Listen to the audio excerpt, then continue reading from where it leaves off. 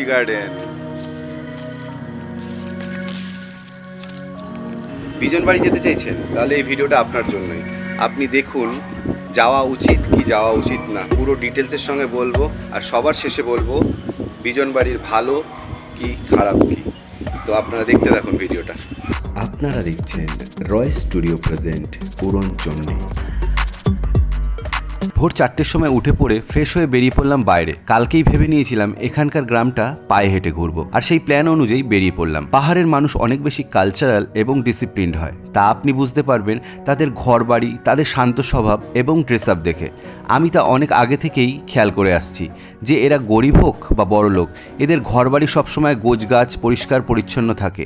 তাদের dress up অত্যন্ত মানানসই হয়ে থাকে। এদের প্রতিটি বাড়িতে অনেক সুন্দর সুন্দর গাছগাছালি ও বিভিন্ন ধরনের ফুল গাছ লাগানো থাকে, আর সেই সব মেনটেন করার জন্য অবশ্যই ডিসিপ্লিন অ্যান্ড কালচারাল হওয়া প্রয়োজন আমার মনে হয়। সকাল সকাল এত সুন্দরভাবে কাঞ্চনজঙ্ঘা দেখতে পাবো তা ভাবিনি। বেশ খুশি আমি। রাস্তায় কোনো লোক নেই। এতক্ষণে এইমাত্র দুজন চোখে পড়ল। কোনো জায়গায় ঘুরতে গেলে ভোরবেলা ঘুম থেকে উঠে সেই জায়গার আশেপাশটা পায়ে হেঁটে অবশ্যই ঘোরা উচিত। তাহলে সেই জায়গা এবং সেখানকার কালচার সম্বন্ধে অনেক অভিজ্ঞতা হয়। আমি পুরো গ্রামটা পায়ে হেঁটে পরিদর্শন করলাম। রাত্রেবেলায় চিতার গল্প শুনে দিনের বেলাতেও একা একা বেরোতে ভয় করছিল, আর বেরিয়েই চোখে পড়ল বনমুরগি এবং বনশুয়োর। আর এত বড় রাস্তা পুরোটাই ফাঁকা, তাই বেশ ভয় করছিল। গুড মর্নিং মিমটি গার্ডেন। এখন ভোর 5টার সময় চলে এসেছি আমি এখানটায় টি গার্ডেনে দেখতে।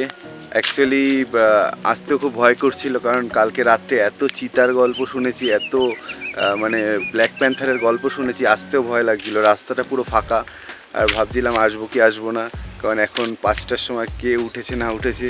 এখানে যদি লোক তাড়াতাড়ি ওঠে, কিন্তু এখনও পর্যন্ত কোনো লোকের দেখা পাইনি এখানে, পুরো রাস্তাই ফাঁকা। আর তার মধ্যে আজকে কাঞ্চনজঙ্ঘার সে অপূর্ব রূপ দেখতে পাচ্ছি। ওইখানে আছে কাঞ্চনজঙ্ঘা, অপূর্ব রূপ দেখতে পাচ্ছি। আর মানে যখন ঘুম থেকে উঠলাম, উঠেই জানলাটা খুলে যখনই দেখলাম এত সুন্দর করে কাঞ্চনজঙ্ঘা দেখা যাচ্ছে, সঙ্গে সঙ্গে ক্যামেরাটা বসিয়ে দিলাম টাইম ল্যাপসের জন্য। এখন চলে এসেছি ঘুরতে ঘুরতে এখানে।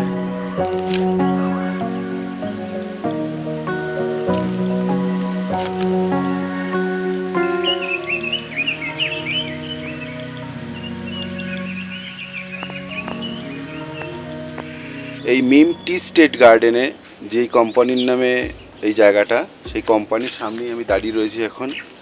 এটা হচ্ছে কোম্পানির বোর্ড, মিমটি স্টেট। আর এটা হচ্ছে কোম্পানি এখন বন্ধ রয়েছে।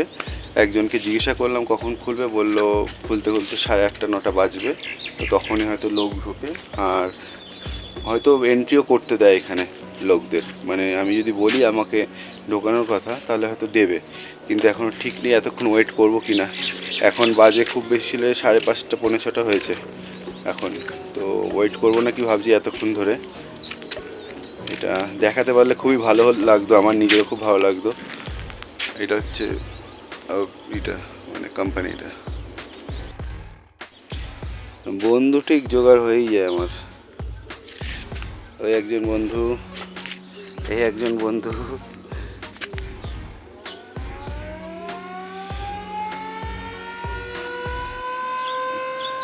পাহাড়ে আসলে সাথে কেউ আসুক আর না আসুক, বন্ধু ঠিক জোগাড় হয়ে যায়।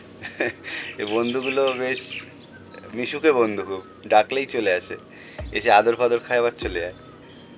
এই বন্ধুকে ডাকবো, আয় আয় আয় যা আয় যা আয় যা।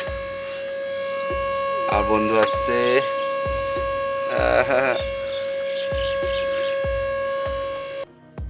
ওঠানামা করতে করতে পুরো হাঁপিয়ে গেছি, একটু বসলাম জায়গাটাতে সুন্দর লাগছে। একটা লোহার একখানা সিট করা, তাতেই বসে গেলাম এসে, ভালো লাগছে বেশ।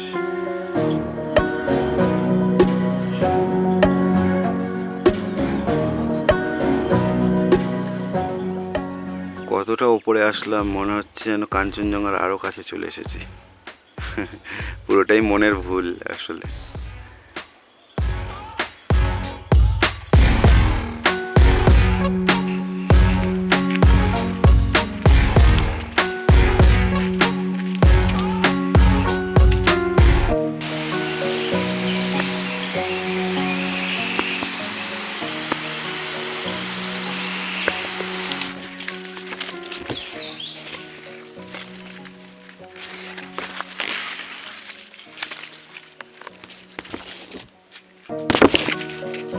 গ্রামটা পায়ে হেঁটে পরিদর্শন করে ফিরলাম, হাঁপিয়ে গেছি একদম। এসেই সঙ্গে সঙ্গে পেয়ে গেলাম গ্রিন টি, যাক একটু এনার্জি বাড়বে। এটা হচ্ছে ওনাদের গোয়াল ঘর। এই বাড়ির দাদু আমায় অনেকবার করে বলেছেন, বাবু একটু গরুর দুধ খাবে, তার জন্য আলাদা করে কোনো পয়সা লাগবে না। আমি দুধ খাই না, তাই আমি খাইনি। আপনারা যদি আসেন তাহলে গরুর খাঁটি দুধ খাওয়ার মজা অবশ্যই নেবেন। খাঁটি বলার কারণ এখন আমরা যা খাই তা বেশিরভাগটাই ভেজাল।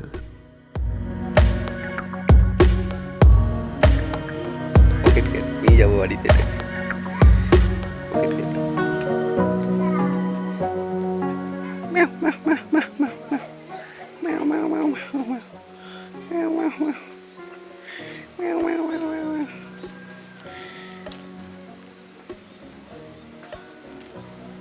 ব্রেকফাস্ট করতে চলে আসলাম। আজ ব্রেকফাস্টে আছে লুচি, নেপালি স্টাইলের আলুর দম আর সঙ্গে ডিম সেদ্ধ। সকাল সকাল বেশ পেট পুরে ব্রেকফাস্ট সারলাম। ব্রেকফাস্ট করার কিছু সময় পরেই চলে আসলো আমাদের গাড়ি। সময় নষ্ট না করে সঙ্গে সঙ্গে উঠে বেরিয়ে পড়লাম বিজনবাড়ির উদ্দেশ্যে। মিমটি গার্ডেন থেকে বিজনবাড়ি যাওয়ার জন্য আপনাকে আসতে হবে আবার সুখিয়াপুকুরি বাজারে। ভাড়া মাত্র 50 টাকা। সুখিয়াপুকুরি থেকে শেয়ার গাড়ি মাত্র 70 টাকার বিনিময়ে পৌঁছে যাবেন দার্জিলিং, এবং দার্জিলিংয়ে নেমে ওখান থেকে বিজনবাড়ি শেয়ার কার পেয়ে যাবেন, ভাড়া মাত্র 150 টাকা। কিন্তু আমি এভাবে যাইনি। আমি শেফ আলবার্টকে আমার বিজনবাড়ির প্ল্যান বলতেই ও নিজে একটা জোগাড় লাগিয়ে লোকাল শেয়ার গাড়িতে বসিয়ে দিল। আমিও আর কিছু চিন্তাভাবনা না করে উঠে পড়লাম গাড়িতে। ভায়া দার্জিলিং হয়ে গেলে রাস্তা হয়তো মোটামুটি ভালোই ছিল, কিন্তু আমরা যেই রাস্তা দিয়ে যাচ্ছি সেই রাস্তা অত্যন্ত ভয়ানক। আমার তো মনে হচ্ছে এটা আসলে কোনো রাস্তাই নয়, পাহাড়ি জঙ্গলের ভেতর থেকে লোকাল মানুষের জোর করে বানানো একটি পথ মনে হচ্ছে। কাঁচা মাটি ও নুড়ি পাথরের রাস্তা, একদম ছোট্ট পথ। অপোজিট সাইড থেকে আরও একটা গাড়ি চলে আসলে যাওয়া মুশকিল হয়ে যাবে। আর গাড়িতে যা ঝাঁকুনি হয়েছে তা মনে হচ্ছিল সকালের ব্রেকফাস্ট মনে হয় বেরিয়ে আসবে। কিন্তু তাও আমি হ্যাপি, কারণ ভায়া দার্জিলিং হয়ে গেলে রাস্তা হয়তো ভালো পেতাম, কিন্তু এত সুন্দর দৃশ্য পেতাম না। এ এক অন্যরকম অভিজ্ঞতা। আমি সাজেস্ট করব এই পথ থেকেই যেতে, কিন্তু বয়স্কদের জন্য বা দুর্বল মনের মানুষদের জন্য এই পথ অ্যাভয়েড করা উচিত। প্রতি মুহূর্তে আপনি ভাববেন রাস্তাটা কখন শেষ হবে। আমাদের প্রায় সময় লাগলো 5 থেকে 6 ঘন্টা, যেটা ভায়া দার্জিলিং হয়ে গেলে 2 থেকে 3 ঘন্টায় হয়ে যেত। খুব ভালো লাগতো যদি আপনাদের পুরো রাস্তার ভিডিওটা দেখাতে পারতাম, কিন্তু সেটা দেখাতে গেলে অনেক বড় ভিডিও হয়ে যাবে, তাই অল্প অল্প করে কেটে কেটে ভিডিওগুলো দিচ্ছি। অনেকক্ষণ বাদে একটু ভালো রাস্তা পেয়ে টাইম ল্যাপস করতে শুরু করে দিলাম।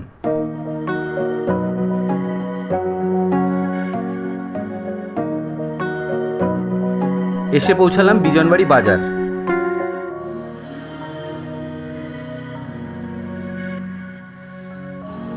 ঢুকে পড়লাম রেলিং রঙ্গিত রিসর্টে, যেখানে আজ আমার পুরো দিনের জন্য বুকিং আছে। আজ থেকে কাল সকাল অবধি থাকা খাওয়া সব এখানেই।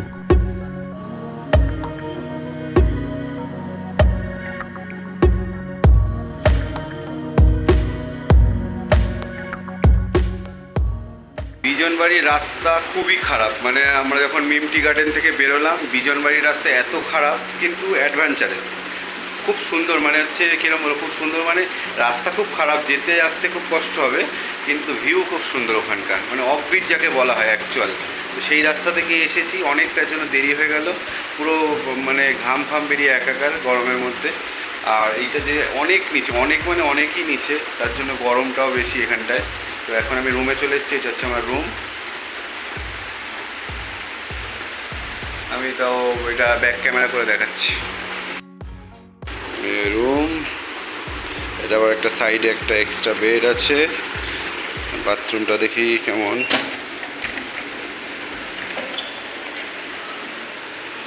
বাথরুম ঠিকই আছে।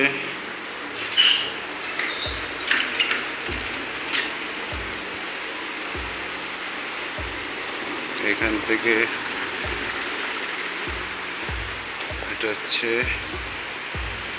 কটেজগুলো, এইটা হচ্ছে কাপলদের জন্য কটেজ, কাপল বা ফ্যামিলি যদি আসে তাদের জন্য।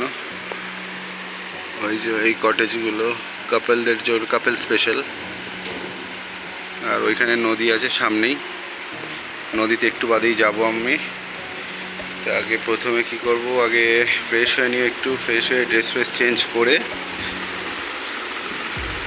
তারপর যাবো। এই হচ্ছে ঘর, এই হচ্ছে পাখাও আছে, অসুবিধা নেই। গরমে কিন্তু পাখাটা একদম মিডিলে পাখা।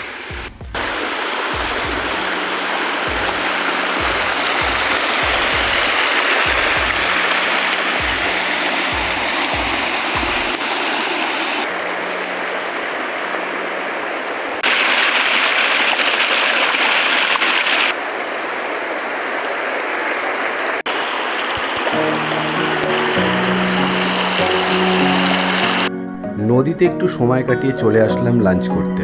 আজকের লাঞ্চে আছে ভাত, আলু পটলের তরকারি, ডিম কষা, পাঁপড় আর ডাল।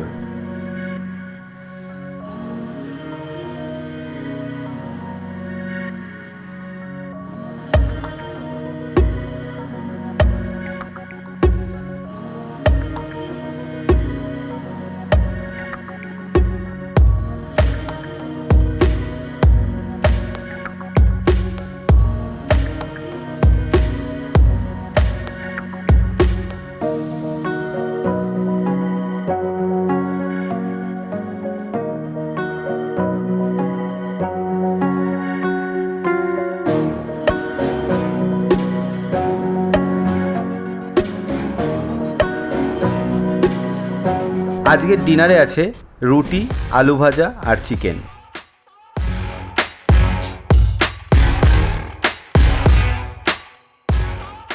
বিজনবাড়ি ইউটিউবে অনেকবার দেখেছি, খুব ভালো লেগেছে, ভিডিও দেখে আমার খুব ভালো লেগেছে, খুব এক্সাইটেড ছিলাম বিজনবাড়ি যাওয়ার জন্য। কিন্তু বিজনবাড়ি যখনই আমি পৌঁছালাম তখনই আমার মনটা ভেঙে গেল।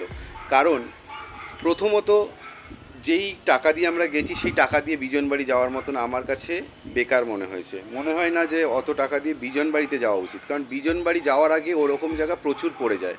সবথেকে বড় কথা, রাস্তা খুবই খারাপ আর অনেকটা দূরে। মানে আপনি যদি বিজনবাড়িতে যান তাহলে আপনাকে প্রথমে উঠতে হবে দার্জিলিং থেকে আবার অনেক নিচে নামতে হবে। সে বিজনবাড়ি অনেক নিচে আর প্রচণ্ড গরম এরিয়া, প্রচণ্ড গরম জায়গা। এমনকি আমি যে রিসর্টে ছিলাম, রঙ্গিত রিসর্ট এরকম কিছু একটা হবে নাম, মনে পড়ছে না এখন, রিসর্ট এরকম কিছু একটা হবে। তো আমি দিয়ে দেবো ডেসক্রিপশনে, নাম্বারও দিয়ে দেবো। তো বলে রাখি, ওইখানকার যে খাওয়া দাওয়া থেকে শুরু করে সার্ভিস খুব বাজে। ঘরগুলো মোটামুটি ঠিকঠাক ঘর আছে, কিন্তু আমি গিয়ে মানে আমাদের 10টার সময় যাওয়ার কথা ছিল যেখানে, সেখানে আমরা পৌঁছেছি অনেক দেরি করে, 12:30 1টার সময় পৌঁছেছি। কিন্তু সেইখানে গিয়েও আমাকে অনেকক্ষণ মানে প্রায় 1 ঘন্টা আমাকে ওয়েট করতে হয়েছিল। কারণ হচ্ছে রাস্তা মানে একদম গোছগাছ ছিল না, পরিষ্কার একদম ছিল না, অপরিষ্কার ছিল। সেটা আমরা যাওয়ার পরে আমাদের বসিয়ে রেখে পরিষ্কার করা হয়েছে। তারপরে হচ্ছে সার্ভিস খুব বাজে। একখানা গেস্ট আসলে যেই সার্ভিসটা দেওয়া উচিত সেই সার্ভিসটা বিজনবাড়ির ওই যেমন রঙ্গিত রিসর্ট যেটা আছে সেটা দেয়নি। আর এমনকি অত বড় জায়গা কোনো মেনটেনেন্স নেই। আমার খুব খারাপ লেগেছে, পরিষ্কার কথা। আর আপনাকে খেতে যেতে হবে অনেকটা দূরে। আপনার ঘর যদি একদম নদীর সামনে হয় তাহলে অনেকটা হেঁটে আপনাকে খেতে আসতে হবে। আর তেমন কি হচ্ছে, মানে যখন ঝিরিঝিরি বৃষ্টি পড়ছে, আমি যখন ছিলাম তখন বৃষ্টি পড়ছে, সেই বৃষ্টির মধ্যে আমাকে খেতে ডাকছে, তো আমি যেতে পারিনি। তো লাস্টে আমি কি করেছি, একজনের থেকে ছাতা চেয়ে আমি নিয়ে গেলাম, পাশেই একজন ছিল, ওনার থেকে ছাতা চেয়ে আমি নিয়ে গেলাম। খাবার আমি নিয়ে এসেছি আমার ঘরে, তখন আমি খেয়েছি। খাবারের মানে যেই পরিমাণে টাকা নিচ্ছে সেই পরিমাণে খাবার একদম খারাপ আমার মতে। এমনকি আমার মতে না শুধু, কারণ হচ্ছে আমাদের পাশে আরও যারা ছিল, মানে যারা ঘুরতে এসেছিলো, সবারই একই মত ছিল বিজনবাড়ি নিয়ে, যে এইখানে কেন আসলাম, গরমে মানে ফেটে যাচ্ছে।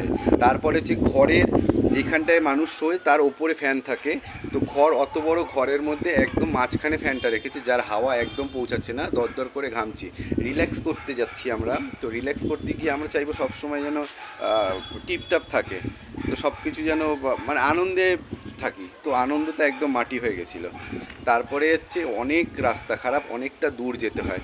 এরকম জায়গা আপনি শিলিগুড়ির আশেপাশে, বলে দিই জায়গাটা, দুধিয়াতে খুব ভালো জায়গা আছে, সেম ওরকমই নদী পাবেন, ওরকম পাশে এরকম খাওয়া দাওয়ার ব্যবস্থা, হোটেল বলে সব কিছু সেম পেয়ে যাবেন।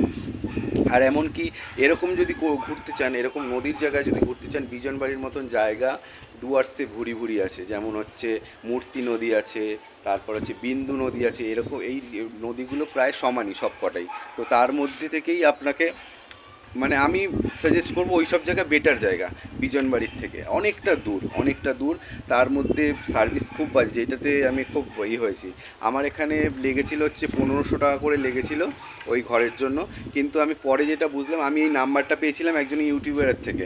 তো ইউটিউবাররা কী করছে এখন, ইউটিউবাররা ডেসক্রিপশানে নিজেদের নাম্বার দিচ্ছে, সেইখানটায় ফোন করা হচ্ছে বা মেসেজ করা হচ্ছে, সেই হিসেবে বুকিং হচ্ছে, ওরা ভায়া দিচ্ছে। মানে আমি যে 1500 টাকার রুমটা ছিলাম সেটা 1200 টাকার অ্যাকচুয়াল রুম। কারণ আপনারা মানে অনেক ইউটিউবাররা এই বিজনেস শুরু করেছে, যেহেতু ইউটিউবে সব জায়গা পপুলার করা হয়।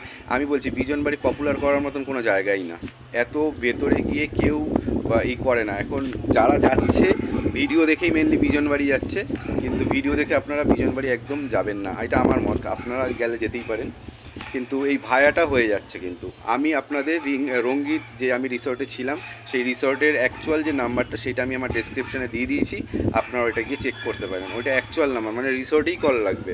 অন্য কোনো ভিডিও দেখলে আপনাকে ইউটিউবারকে প্রথমে কল করবেন, ইউটিউবাররা আপনাকে ওইখানটায় পাঠাবে, তার জন্য সেখানটায় ওনার চার্জটা কেটে নিচ্ছে, এটা মাথায় রাখবেন। তো আজকে আমি আমার নিজের বাড়ির ছাদ থেকে এই ভিডিওটা বানাচ্ছি। আমার তখনই ভিডিওটা বানানো উচিত ছিল, কিন্তু সেই সময় আমার মনটা এমনই ভেঙে গেছিলো যে আমি আর বানাতে পারিনি ভিডিওটা।